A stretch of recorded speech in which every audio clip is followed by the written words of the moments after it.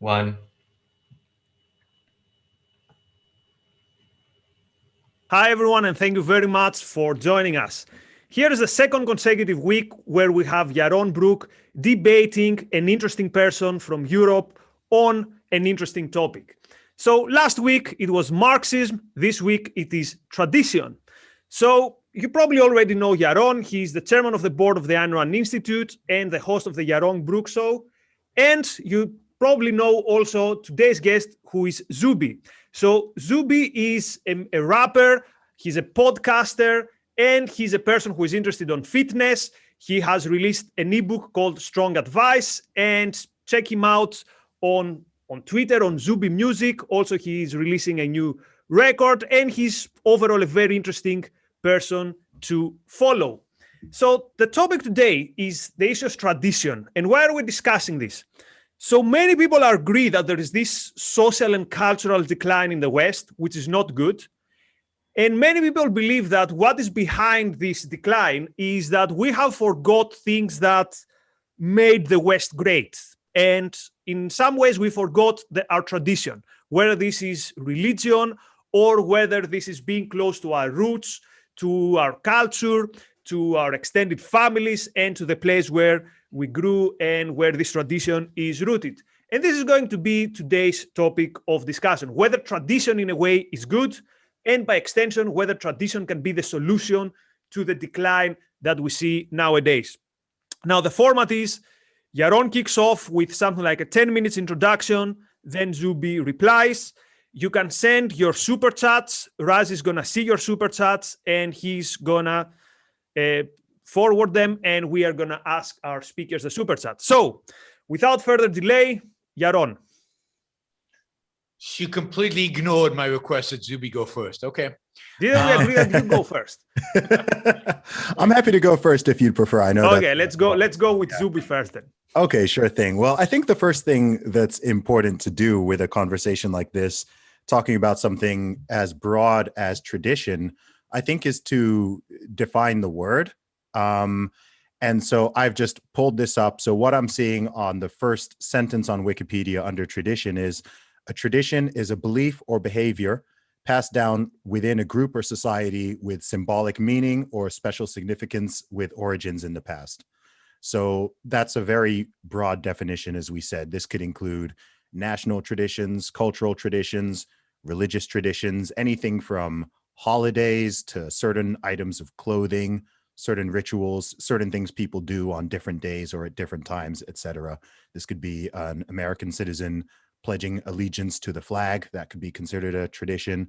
That could be any number of Jewish or Christian or Islamic traditions that are done, anything from celebrating Christmas holidays and gift giving to Jewish people having Friday night dinners or whatever the case may be. It's a very broad topic. So to be frank and honest and open, my general position on tradition is I think it's just the fact that an idea being old or an idea being new, I think we have this, I think we tend to have a novelty bias when it comes to a lot of things, and certainly when it comes to ideas. There's this notion that because something is an old idea, that it's a bad idea. And there's also a notion that if something is a new idea or that it's a change, that it's inherently a good idea. I don't think either of those things are true. I think something can be a long, persisting, old idea for a very good reason, right? It's something that's good and people should continue to do it. For an example, I would say something like the institution of marriage is generally a good idea. That doesn't mean absolutely every single person needs to or must get married, but given that it's existed for several millennia across cultures, across countries, languages, religions, no religion, whatever it is, there are many logical, of course, there are religious reasons people may get married, but there are also totally logical, rational, individual, community reasons why people may get married. A great obvious example of something that was an institution that lasts for a very, very long time, but which we would all agree is bad, is something like slavery, right? So there was probably a time I'm sure there was a time where people would have said, well, slavery is an institution that it's been around for millennia, all right? We've been doing this for such a long time. So, you know, what's wrong with it? It's a good idea. Maybe someone could even say it's a traditional idea. And I think nowadays in 2021, virtually everybody, regardless of political orientation, would agree, no, slavery is a terrible idea. It's immoral, etc. And then coming towards where we are now with the modern day times, I think it's clear that there are new ideas. I think there are a lot of new ideas that are floating around into our society and culture, which I would argue are not good. And in which case the older way of doing things perhaps was better. I think in some cases absolutely was better. To give an obvious example of this, which a lot of people, you know, do talk about, would be a lot of what people now call, what people refer to as woke ideology, where you're actually starting to go back. It's very regressive in a way where people are starting to, you know, view people and judge people based on immutable characteristics again, such as their skin color, their sex, all these kind of things. And I think that's a bad idea. I think actually, no, you want to go back to what we were doing in 1995 or 2000 and not looking at these and going back towards a more colorblind society. And then there are other new ideas, whether these are certain aspects of technology or certain increases in people's diverse, you know, the decline of overall racism, the decline of homophobia, the decline of sexism, all of these things. I think those are good, more modern thoughts and more modern social attitudes. So my view on this overall topic, with all that said, is it's pretty nuanced. I'm not a hardliner who's just like, okay, it's tradition, it's old, and so therefore it's good. But I also don't think that, just again, like I said, I don't think just because something is an old idea, that means that it should be jettisoned. I think that as modern human beings, I think the advantage we have really over our ancestors is that we can build on their knowledge, their achievements, their mistakes, etc. So I think actually I think there's a certain arrogance in assuming that we know more than our ancestors and everyone who lived before us on everything. I think if there is something that stuck around for a long time, it's a good idea to at least look at that and think, okay, why do we even do this thing? Because when it comes to traditions, I'll be honest, right, from a pure sort of reason perspective, I think there are certain things which, you know, I'm sure Yaron will talk about this. There are certain things where it's like, okay, this is not necessary. This is not sort of necessary in a way. It might be symbolic, but I think that something being symbolic doesn't necessarily mean that it's bad or that it should be jettisoned, etc. So that's sort of my general position on the topic of tradition. Thank you, Zuby. Yaron. So Nikos, I think you screwed up. You know, this is supposed to be a debate, and it's going to turn out that we agree on much more than we disagree. So I agree with much of what Zuby said. You know, if tradition is beliefs and behaviors that are passed down from previous generations, I didn't hear anything from Zuby saying, okay, because of that, we should follow them. And I agree that if something's new or novel, that doesn't mean anything. I think the only standard that should guide us, should guide what we hold, how we behave, how we act, is the standard of truth. Is this idea true? Does this behavior serve the proper function? Does this behavior, so slavery was an institution that Zuby mentioned. We both agree that it was horrific. It was horrific at any point in time in its long history. The fact that it survived thousands of years doesn't make any difference. It doesn't legitimize it in any way. One has to evaluate an institution like slavery. Is it right? Is it just? Is it moral? No, it's not. So we throw it out. It doesn't matter how many people did it. The same would be true of religion. The same would be true of marriage. Now, it could be that every time we examine marriage, we go, yeah, maybe we should just let's see. Oh, I get it. I see why we have the institution of marriage. There's something about the nature of this relationship between two people that we want to have contractually binding, and we want to institutionalize it. And yes, there's a certain symbolism that is meaningful, and it actually has a purpose to it. Oh, okay, so this is something we should do, right? We should keep. Not because it's been used thousands of years, but because we understand why it's right, why it makes sense, why it serves its function. So I think what's important when we're advocating for ideas, let's say, ideas like freedom, capitalism, individual rights in the proper sense, and in the proper sense of the term, is not to say, look, capitalism is great because we've had it for a long time. What we should always be saying is capitalism is great because look at the amazing achievements we've achieved under capitalism. And here, look at what it allows individuals to do and how it allows them to live. And look, that's consistent. It's the only system consistent with a proper view of morality. At least that's my perspective, right? It's the only political economic system consistent with morality. We should hold it as that. And if we've got a history to help us prove the case, that's cool. Or if we advocating for freedom against, I don't know, woke culture or whatever, it's not that we're saying, look, we've done this a long time, don't change things, don't alter them, it works. It's not a good argument. It's a failed argument, and it's not true.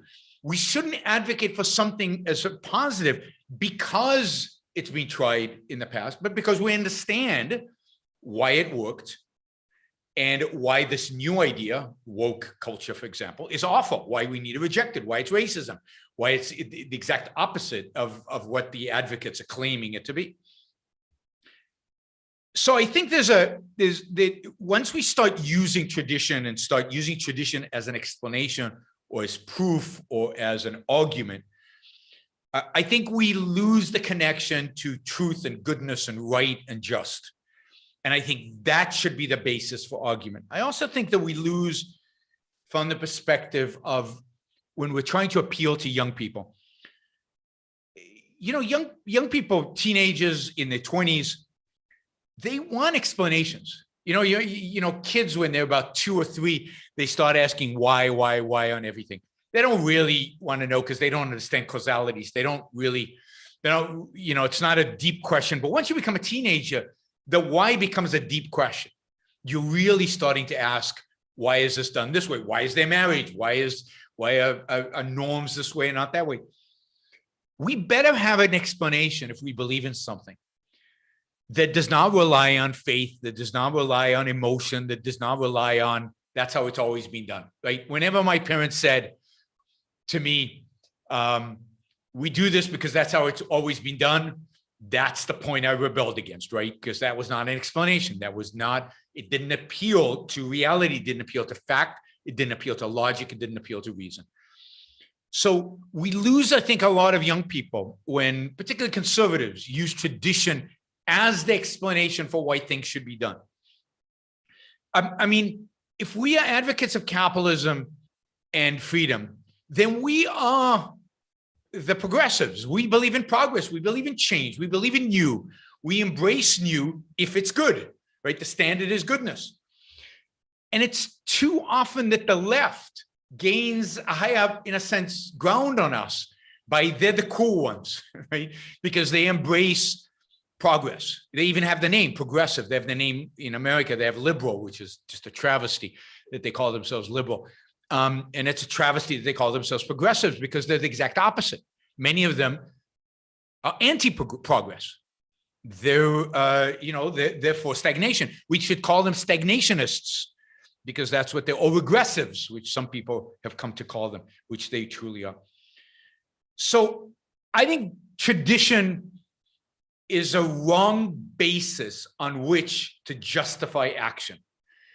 It's the wrong basis on which to justify institutions and the wrong basis in which to defend that which is good.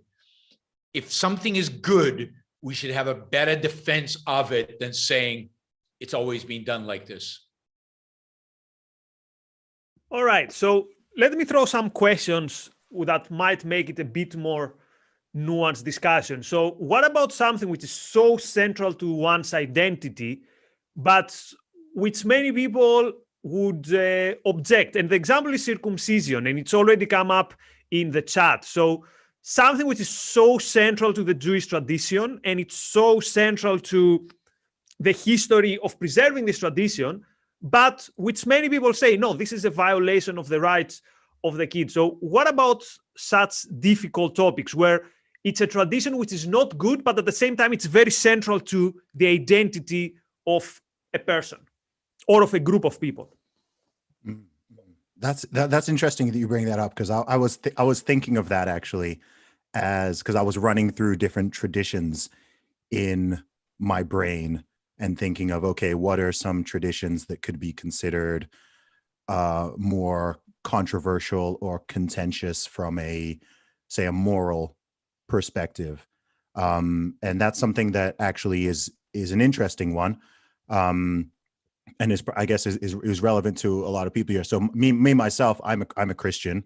My family background is also from Nigeria, in specific the Igbo tribe, where circumcision, just like in Judaism, that's sort of it's a tradition, right? It's a rite of passage. I know with a lot of Muslim people, it's actually the same. A lot of Christians, not all Christians.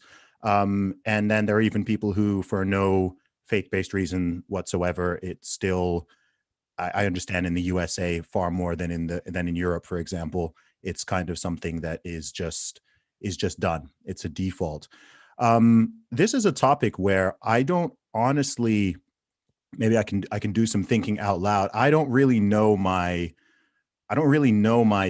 position on it that well. It's not something where I can very, very much understand both sides of it.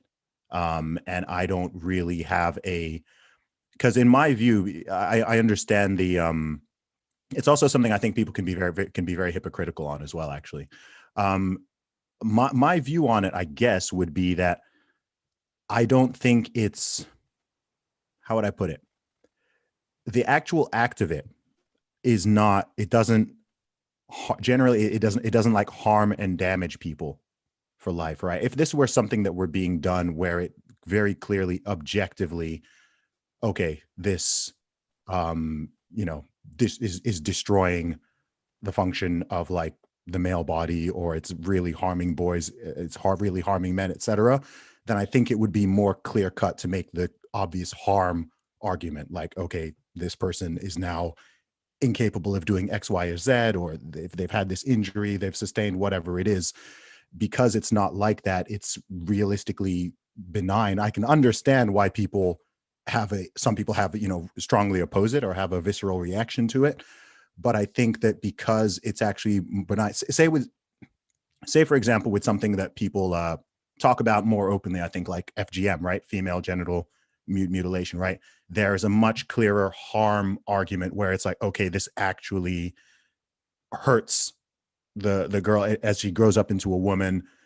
This procedure has damaged her, right? It has like there's a clear cause and effect right there. So even with those things, I think I can see why people make an equivalence there, but I don't even think it's a totally honest equivalence in that case, in that situation. There aren't a lot of men, I don't know how many billion men in the world are circumcised, and I know that there can be botched procedures, in which case, of course, there is damage, but 99% of cases, there's no lifetime problems or anything with it. So I don't really know on that one. I don't really know. I don't really have a strong position on it. I'm kind of rambling a bit because I'm thinking out loud here, but I don't know. I'd be interested in hearing people's perspectives on that. Oh, that's honest. Thanks. Yeah. Yaron. Yeah. So my view is it certainly is not like female genital mutilation. I mean, that is horrific. That's evil in my view. I don't care what your tradition is, that has to stop, because it clearly damages the woman's ability to enjoy sex forever. And it's not reversible. And I can think of few things that are as evil as that. With men though, from everything I've studied, and again, this is to some extent a scientific question, there is damage that is, particularly as you get older, the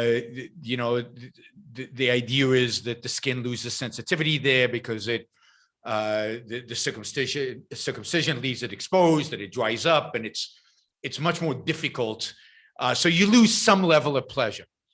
And to the extent that that is true, then I think it's wrong. And to the extent that a community, let's say the Jewish community, holds on to a quote, a tradition that causes damage, then they're wrong and they should change it.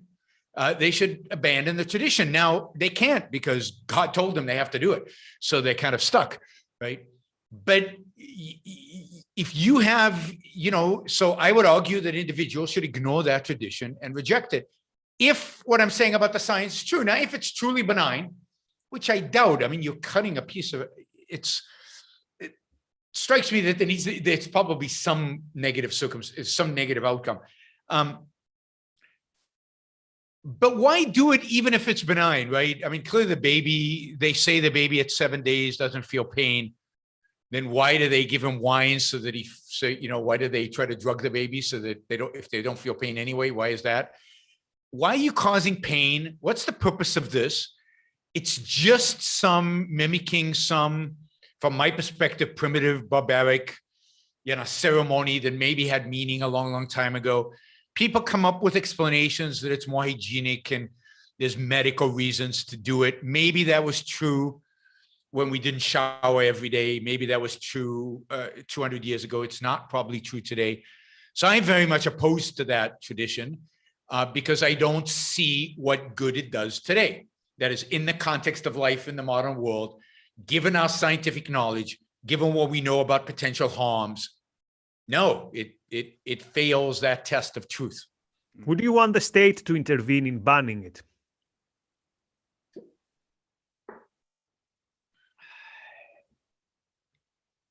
Wow. I mean, the tricky part there is the status of a baby and to the extent that the state intervenes. Is it child abuse? Does it rise to the level of child abuse so that the state would intervene? Probably. That is, if the parent were cutting off a piece of any other part of the child, let's say some sect somewhere had a ritual where they chopped off a piece of the thigh muscle when the baby was 3 months old, right? Would we support the state intervening for them to stop that as kind of barbaric, even if it didn't cause long-term damage, but it was just painful at the time? Yeah, I mean, that strikes me as abuse. So I think the answer is yes, but that one I hadn't thought about. I'm willing to be persuaded otherwise. Yeah, I'll jump in on that one. I mean, it's a complicated one because this is very multifaceted and layered, and this is one of the issues where religious belief does play a big role. If somebody is a practicing Jew, or in many cases even Christian or Islamic, and that is God's command to them and to the people, even from a cultural perspective. I know with many Jews, even if they themselves are not super religious, from a cultural perspective, as a tribe and as a people, obviously that's God's command to do that, to separate yourself as a tribal aspect. So one could argue that there are benefits to that, even from a societal or a social perspective. Maybe someone may think that there shouldn't be, but given just where we are and how people do hold on to traditions, then there is, because if I don't know, a child is growing up in Israel, let's say, and they're in a Jewish community and they don't want to do that, then I don't know, I'm not an expert on this topic, right? But there could be some potential social stigma or repercussions or something with that. It's also interesting because, I mean, there are lots of different aspects to consider here. For example, people do ear piercing on babies and toddlers. A baby girl may have her ears pierced.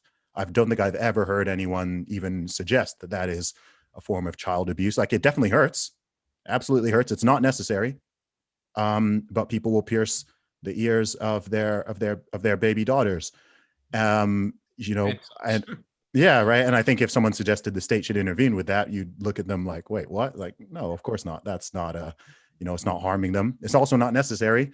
A lot of the arguments could be made that same way. So it's a complicated one. I think it's good for it to be out in the open and for these discussions and conversations to be had. But I think it's so multi-layered and multifaceted that it's pretty complicated. And, to bring in an elephant in the room as well is, a lot of people who would be, opposed to circumcision, would define themselves as so-called pro-choice, right? They'd support abortion. So they'd be okay with that child being killed a few months earlier. Let's say it what it is. But then the notion of them being circumcised, they are then on the moral high horse of, oh my gosh, that's horrible. And I'm kind of like, well, you thought that same boy could have been killed a few months ago and you'd call that a woman's right to choose. But now so I think there's a lot of layers to it. I think it's complicated. It's not, I don't think from a moral perspective, to me, like those things that's a whole different scale. But it's complicated here. I don't know. Yeah, you just described me, so I'm okay. definitely supportive of abortion. But I do think it's complicated. Part of the question is, what is the harm done? Mm-hmm. And to the extent that there is a science that shows that, and if you're right, it's benign. It's like piercing the ear. If it was just like piercing an ear, no, I agree with you. The state clearly shouldn't intervene. So you'd have to define what the harm is and the extent of the harm, and would not be an easy one to go into. Okay, before we move to the topic of traditional architecture and beauty and whether the West is becoming very ugly, let's have a look in the chat. So too many super chat. Thank you, Robert. Marilyn says, eating ethnic food is very different from circumcision or parents deciding who their kids can marry. I think we'd all agree on that. Someone with a super cool name, Gotham Bat, says, nothing gives me hope like people arguing for reasonable philosophy in a dying world. Thank you very much. Also, thanks to Jeff, Jonathan, Brian, and Kirk. Jonathan says, thank you, Zuby and Yaron. And okay, Jeff says, can we talk about the harm of family tradition, such as the paternal honor, which means honor the father system in many religious families? Sure. Okay. I think there's often a lot of harm done there. I think the whole honor thy father and thy mother without any caveats is generally commandments are dangerous, but that's an example of one that is dangerous and has been taken out of context to the point where you should honor them no matter what. And many parents don't deserve honor, unfortunately. It's sad when that happens, but some don't. There are cultures in which the word of the father is the word of God. That is, it's the final authority. It is all, it's everything. And I think that is incredibly harmful. Again, what we should be seeking is truth. Fathers can be wrong. I certainly was many times as a father. So fathers can be wrong. And they need to be called out when they're wrong, and they need to be told when they're wrong. And we need it, particularly when a child is an adult, more of an adult. A conversation needs to be had, and it's not about an authoritarian kind of institution, an authoritarian methodology. So I think there are a lot of traditions associated with family that are dangerous and wrong and cause children to feel guilty and to feel like they owe their parents far beyond what they actually do. And I think that does a lot of harm to individuals. To individuals in a variety of cultures where they live for the parent, they do what the parent wants them to do, and they don't dedicate the mental space and the thought to figuring out what they want, and to live by their standards and by the judgment of their mind. That's interesting. Again, I think it's it's a nuanced one, right? I think the concept of honor your father or mother, or when people say things like respect your elders, I think I'm pretty traditional in that regard. Whereas I think that for the most, in general, as a general rule, I totally agree with that. Does it mean that a parent should be a tyrant and there should be they should have the fight? You can't question them and you can't question authority, and they can just run roughshod over their children. No, I don't think that's what it means. I don't think it's what it's meant to mean, right? I think with anything like that, there is an unwritten and understood caveat there. Obviously, as a parent, I'm not a parent yet, but obviously as a parent, as an adult, generally as a senior, of course you have more life experience. Children don't know anything, right? Children are brought into the world. They don't know anything. It's the job of the parents to raise them and to teach them, etc. And as we all know, there are certain things that your parents probably told you, which you did not understand the purpose of until you got older, right? Maybe you were, even as a teenager, your parents say something, you're kind of like, I don't know about that one. And it's good to challenge. It's good to question. But then maybe as you get into your 30s and older, you start realizing, okay, I get why they said that. I understand it, etc. So I think that that concept of honor and respect should be there. I also think that parents should be aware of the responsibility that comes with it. With every right. I think in the West, we talk a lot about rights. I think we don't talk about responsibility enough. I know Jordan Peterson's brought that up before, and I think that's very much true. So I think, sure, we have rights. We're all freedom advocates. We want people to be free and not have a heavy hand of the state coming in, stopping, impeding us every step of the way, sorry. But with that come responsibilities, right? So you have a right to do this, but just because you have a right to do something and it's not illegal doesn't mean that it's good, even, or that it's moral, or that you should do it, etc. So I think it comes back to that balance, and I think a level of humility as well. I think everyone is seeking their own way in the world, and I think part of the power of tradition is it gives a guideline of certain things that, okay, this is what this idea or this concept or this way of doing thing has survived for centuries or for millennia. And in the majority of cases, there is some logical and reason behind it, even if that's not necessarily how it's presented. And in some cases, it's bad. I think there are certain things where I think we can all think of traditions, which would just be objectively bad, right? Someone is being just directly physically harmed, right? Every Friday we whip our children, right? I think everyone would agree that it doesn't matter how long you've done that for, right? That would be a bad tradition. And then there are some which I think are sort of just neutral, or they're benign. Every Wednesday night we have this thing for dinner, right? It's not really morally good nor bad. It's just, we do this thing. I'd say something similar with I don't know, some of the things to do, say, with a flag. Okay, flags are handled in a certain way. A flag is viewed as a symbolic object, not even necessarily in a religious context, but if you have a flag of a country, it's not supposed to touch the ground, right? You absolutely shouldn't burn it. Why do people burn flags? Because that's known to be a major act of disrespect, etc. From a purely worldly perspective and materialistic perspective, it's just a piece of cloth, right? It's just a piece of cloth. But we all know and have sort of accepted as a society that it represents a lot more than that. And I think that's where the concept of tradition and symbolism actually is very interesting, because it doesn't purely exist on this sort of totally objective and rational level. There is something deeper there, which I think even people who are not religious also recognize. There are still certain things that they may consider symbolic or sacred. And I guess that's an important part of the fabric of our society as well. That's right. Although I do think that there's some flags that should be burnt. They represent, right? Because the symbol of what they are. They need to be burnt. I think that I'd point out this one danger, that is the fact that something has been done for millennia.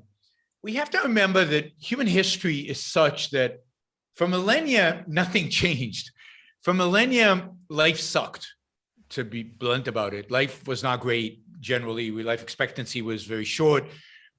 We were very poor. We didn't do much fun. We didn't have much fun. We didn't do anything that was very worthwhile. For most of humanity, for most of history, that is the case. Life is very different today.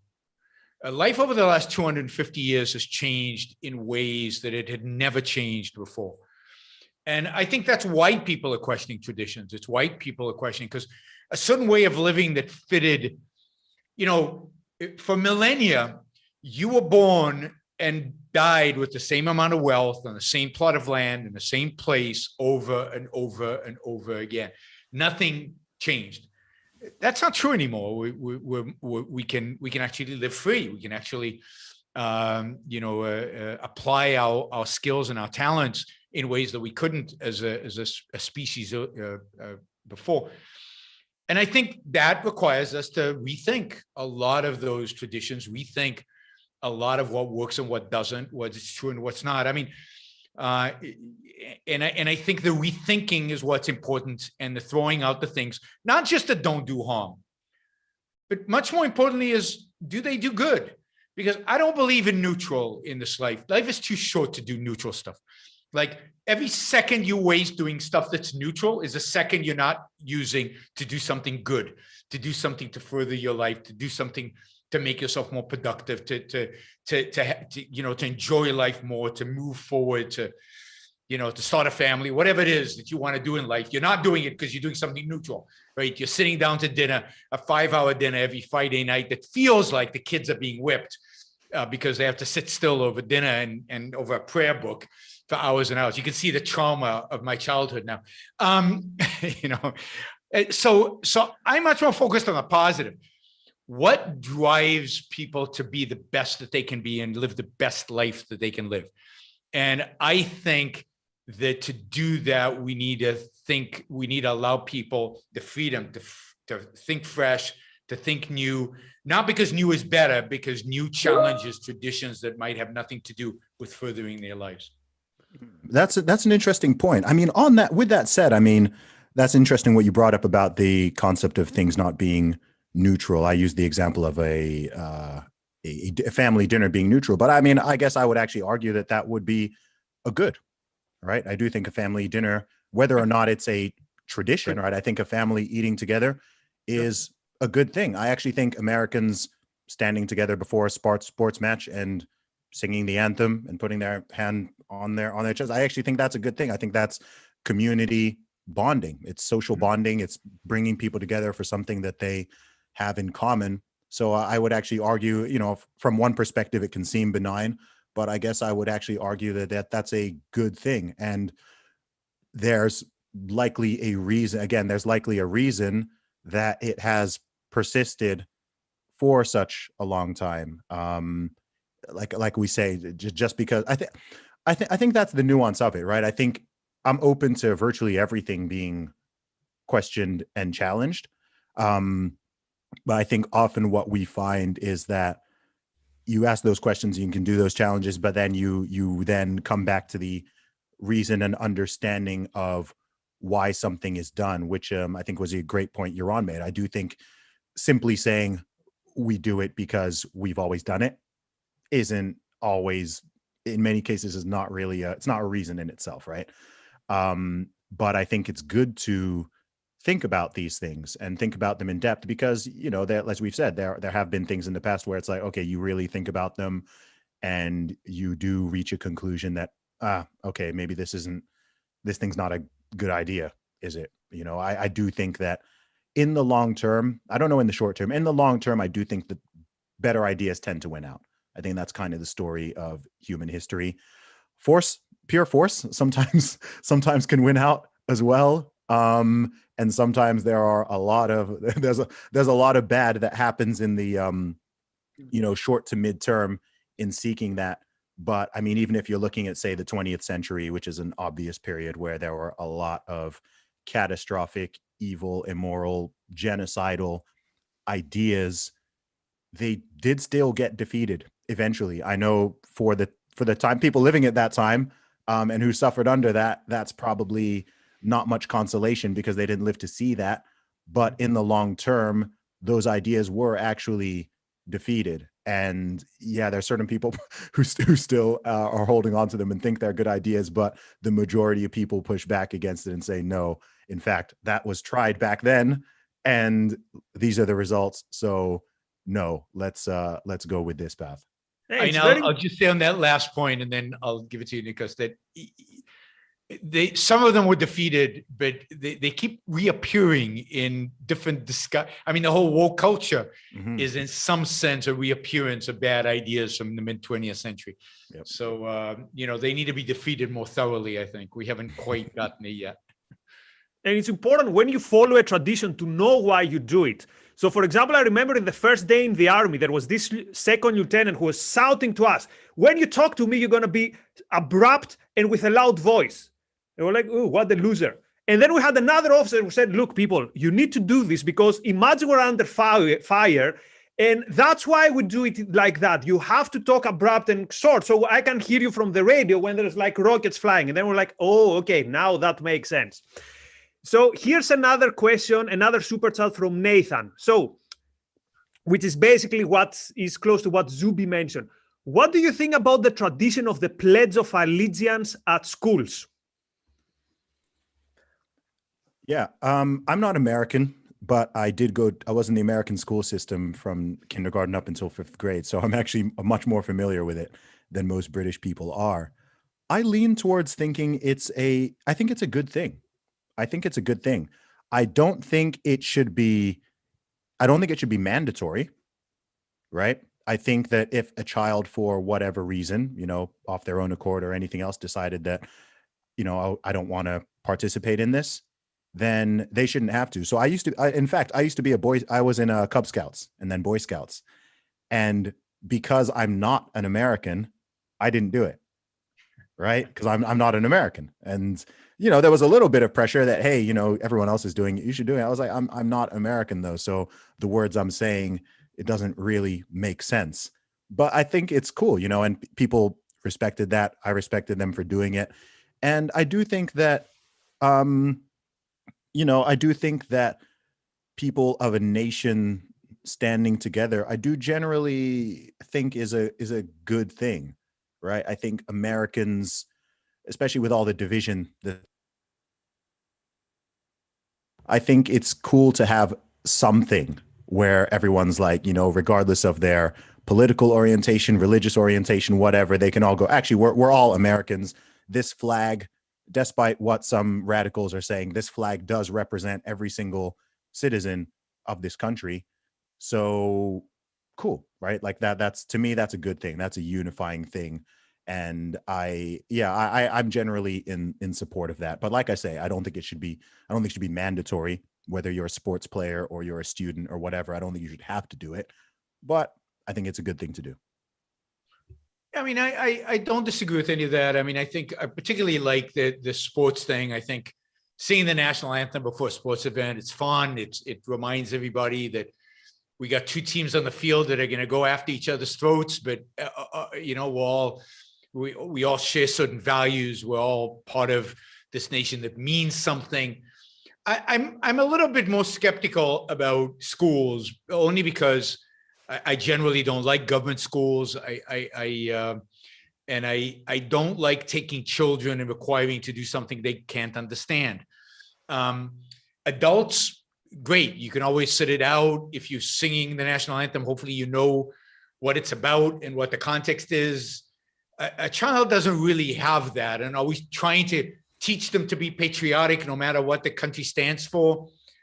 I would be against that. I mean, I'd like them to learn the facts about their country and come to a conclusion about whether they liked it or not.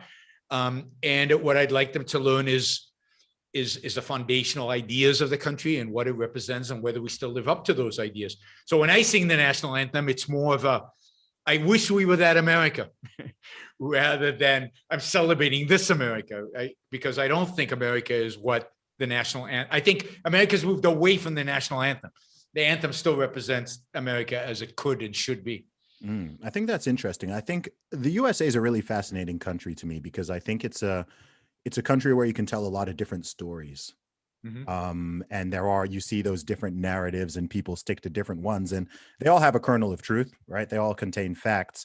And I think that, following on from what Yaron said there is, I think part of it actually is the power of affirmation and a reminder, and also something aspirational, right? I think the USA, from its inception, it's clear that at the beginning of the USA, it did not live up to all the values that it claimed to uphold, right? A country that's enslaving Black people is clearly not, abiding by everything that some of those words are saying. But I think that there's an aspirational aspect that's always been there and is still there, which is saying that, okay, the USA is not a perfect country, as no country is perfect, but we have certain aspirations and hope and a desire for it to get better. So it's that seeking towards an ideal rather than simply saying, oh, okay, I agree with everything that the US government does, or I approve of every policy and everything's perfect. I don't think that's how most people view it, although that's how it's sometimes framed. So when you get a lot of people, why were people kneeling for the flag in sports? Is because, there's still racism in this country, so I don't want to, support the flag, shall we say, which is, I get it. And there's a kernel of truth to it, of course. But at the same time, I think, to me anyway, it's sort of missing the point. So I fully support someone's right to do that. I support the right for someone to kneel for the anthem. But I also support people's right to criticize it. Absolutely. Yeah. Right. One last issue I want to throw on the table is the issue of identity. So quite often people who support the need for stronger traditions are saying that without them, we have no identity. And without identity, there's no way to resist bad tendencies such as woke culture or the tribalism that we see nowadays. So, and one example that often comes up, particularly on Twitter, is architecture. So there are all these accounts that post these beautiful photos from cathedrals and all that stuff, which I follow them because they're aesthetically pleasing to the eye. But then they show some modern buildings and they say, this is what we had and this is that we have now, and we were never asked, and this is the decline of the West. So how do you see that? Yaron, I know Howard Rourke wouldn't agree architecturally, but what's your take on that? I hate cathedrals. I mean, when I see a cathedral, when I see Notre Dame or any one of these cathedrals, I mean, yes, there's a certain beauty to them. But I think of all the equivalents of slave labor that went into building them. The same with the pyramids. I mean, yes, they're magnificent, but slaves built them. The same with a lot of these things. Think about the poverty. Think about the church confiscating money from poor people, confiscating their time to build these massive buildings that most of the people who built them are not going to benefit from them because some of them took generations to build, right? And the injustice and the horror of people starving during this period of time, and yet the church is building magnificent buildings to itself. Whereas the beauty of modern architecture is partially it's paid for itself, and it's not on anybody's backs. It is transactional, which I think is good, not bad. And I think much of it is beautiful. Now, aesthetically, we can disagree, but the point is that I think, again, we're in the 21st century, and this is how it works, right? With 21st century materials, 21st century potential. Why would I use 14th century materials to build a building in the 21st century? In the 21st century, beauty is about using the materials that we have available today, glass, metal, I don't know, carbon fibers, I don't know what they are, to build the most beautiful, amazing things that we can build. And in that sense, I've been to a city like Shanghai. Shanghai to me is a magnificent city. Now, parts of it have 19th century European architecture. You go to the Bund, but what makes it magnificent is these skyscrapers. They're just astounding in their magnificence and beauty. And they were appropriate for 21st century culture. To build something today that matches the architecture of the 12th century is regressive. It's a denial of the reality of what's available to us from which we can build, from which we can create. Yeah, we're going to disagree on this one. Yeah. I'm a big fan of cathedrals, and I do generally think older architecture, which is far more plentiful here in the UK than it is in most of the US and, you know, throughout Europe. I think that's a lot of what gives certain cities and towns in the UK and in Europe in general their beauty. I can understand that it might not be feasible to consistently be creating stuff in that style, but I think that, yeah, I know some of the pages you're talking about on Twitter where they'll have an old cathedral, and then, or even in the same location, they'll show what a building was replaced with and have some comment about it. So from an aesthetic perspective, I am strongly in the camp of the older stuff tends to, not in all cases, they went through some very ugly periods with brutalist architecture and things like that. But going back further, I think that, older architecture was more beautiful. And if you're building a cathedral or a temple or a mosque, etc., obviously these buildings are built not for the church itself, but they're built to honor God, which is for a believer is the optimum, right? So they have to be beautiful. They're supposed to be beautiful. And as someone who goes to church, right, when I have been to some very modern day churches where the architecture styles very, very different compared to being in an older building, and I have to say that I do prefer the older ones. It's not as sterile. There's just more. It's more beautiful. It's beauty is something that is partially subjective, but I think also partially objective. It's a bit like that in art in general. I think a lot of modern art it's ugly, right? A lot of modern art is just ugly. If you're comparing old paintings and statues and things which took a lot of skill, and then you see some modern art and someone's just flicked some paint onto a piece of paper, I'm kind of like, come on, these things are not comparable.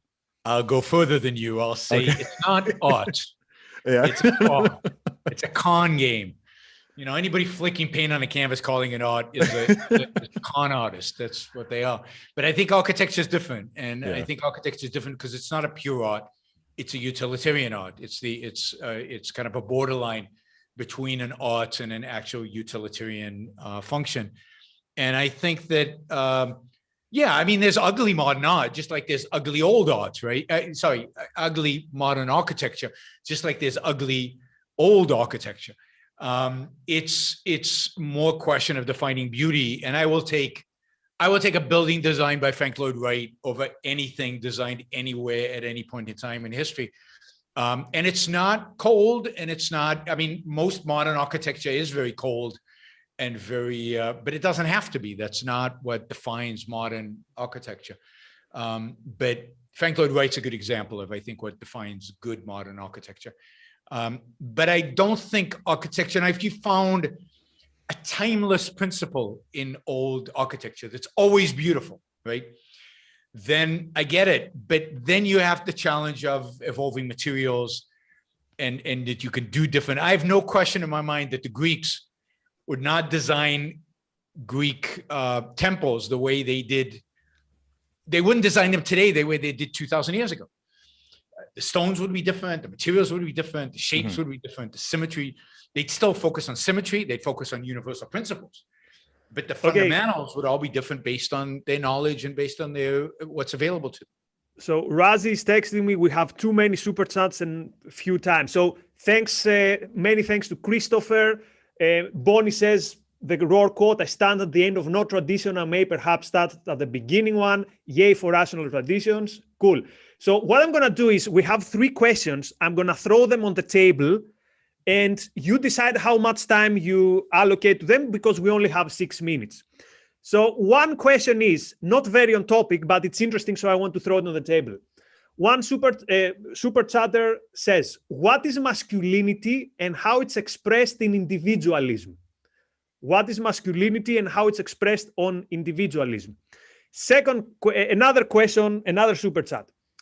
Friedrich Hayek has written about tradition and institutions in providing rules for people to orient themselves in society. His argument is that we should be humble in the face of centuries of knowledge embedded in these institutions. Agree or disagree? And the last question, in regards to the dismissal of tradition, what would you think of Chesterton's fence? Chesterton's fence. I would say the extent to which rejecting tradition is warranted follows the extent to which we understand the moral entropy it causes. Okay, we need 5 more episodes for all this, but pick your battle and address as much as you can in the remaining, let's say 2.5 minutes, 2 minutes each. Who wants to go first? There's a lot. I'm happy to go first. Okay, Fine. go ahead. I'll give you the final word. So I obviously disagree with Hayek. I do not think, and Zuby gave the perfect example of slavery as an institution. Obviously, we rejected it and threw it out. And I think the sooner we did that, the better. The British did it before the Americans. Good for them. And it would have been great if we could have done it even earlier than that. So as we gain new knowledge, as we gain new moral understanding, as we gain new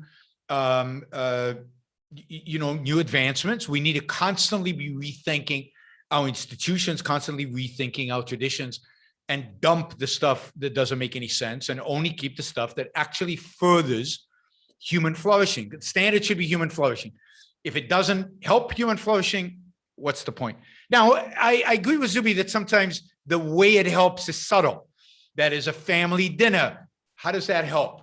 Well, you can think about ways it helps. You can think about, the kind of bonding it creates, the atmosphere it creates, the spiritual values that it emboldens. So I don't want to sound materialistic in evaluating these things. You have to think about them. You have to think about their full implications.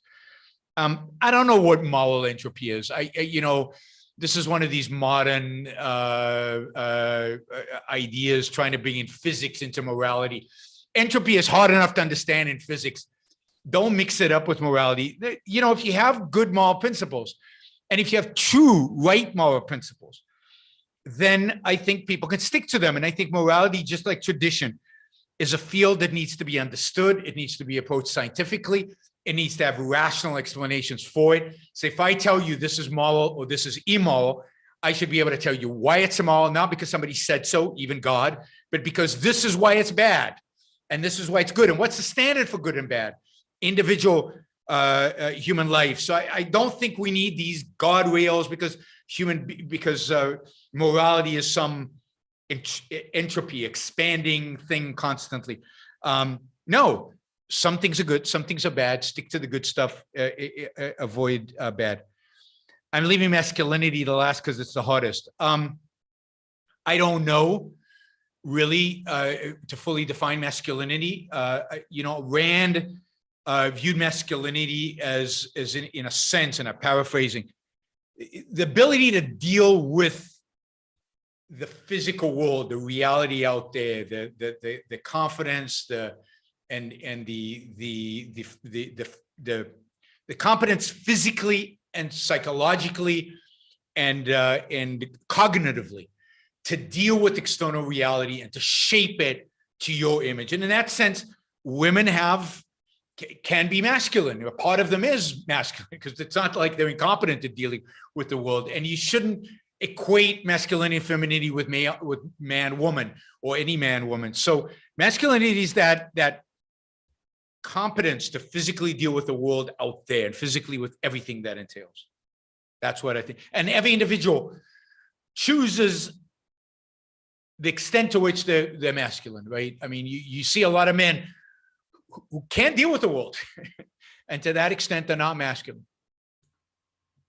Awesome. I'll jump in there. So I'll start out with following up on masculinity. So, masculinity is the traits, behaviors, and roles associated with being male, as we know that, biologically males and females are different, and we're much more similar than we are different, but those differences do very much matter for biological reasons, social reasons, individual, collective, so on and so forth. So I think it's a combination of nature and nurture. So both the effect of testosterone and the impact that that has on male biology and male behavior, and then some of the social aspects of it as well, which are also biologically influenced and traditionally influenced and culturally influenced, so on and so forth.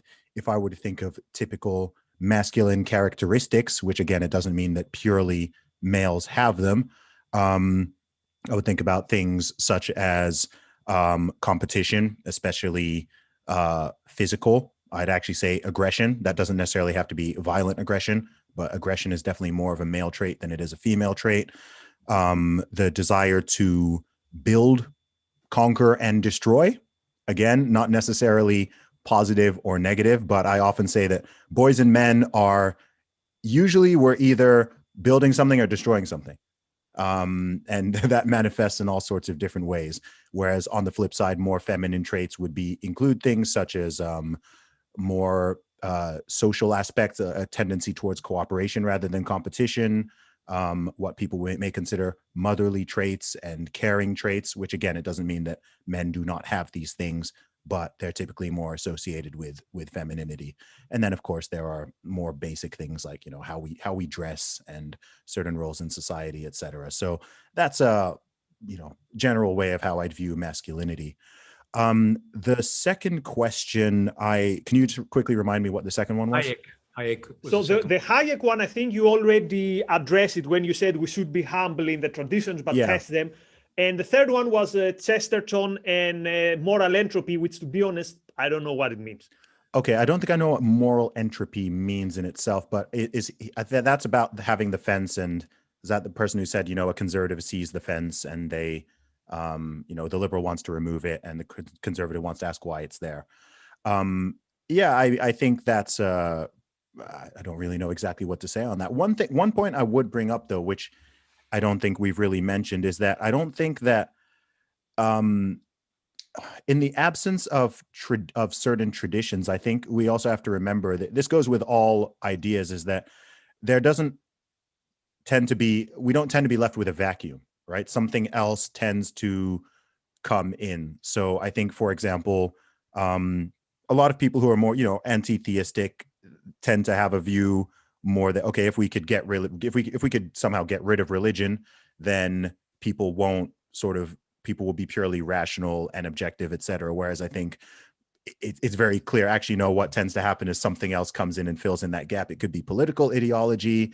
It could be, you could see it manifests in all sorts of different ways. All different types of ideologies can kind of fill in that space of purpose and meaning and community, and even an appeal to something bigger than yourself, something a bit supernatural, right? I'd say there's, the belief that a man can actually be a woman or a woman can actually be a man and you can just switch over. Like that's a more religious belief than it is a scientific one. It's much more ideological. So there are a lot of things. So I think, again, with tradition, I think, again, as a sort of final point, we should also be considering, in this humility, in the absence of certain traditions or certain ideas, what are they replaced with, whether it is intentionally or unintentionally? What's the gap that's being left there that people need and want and are going to gravitate towards?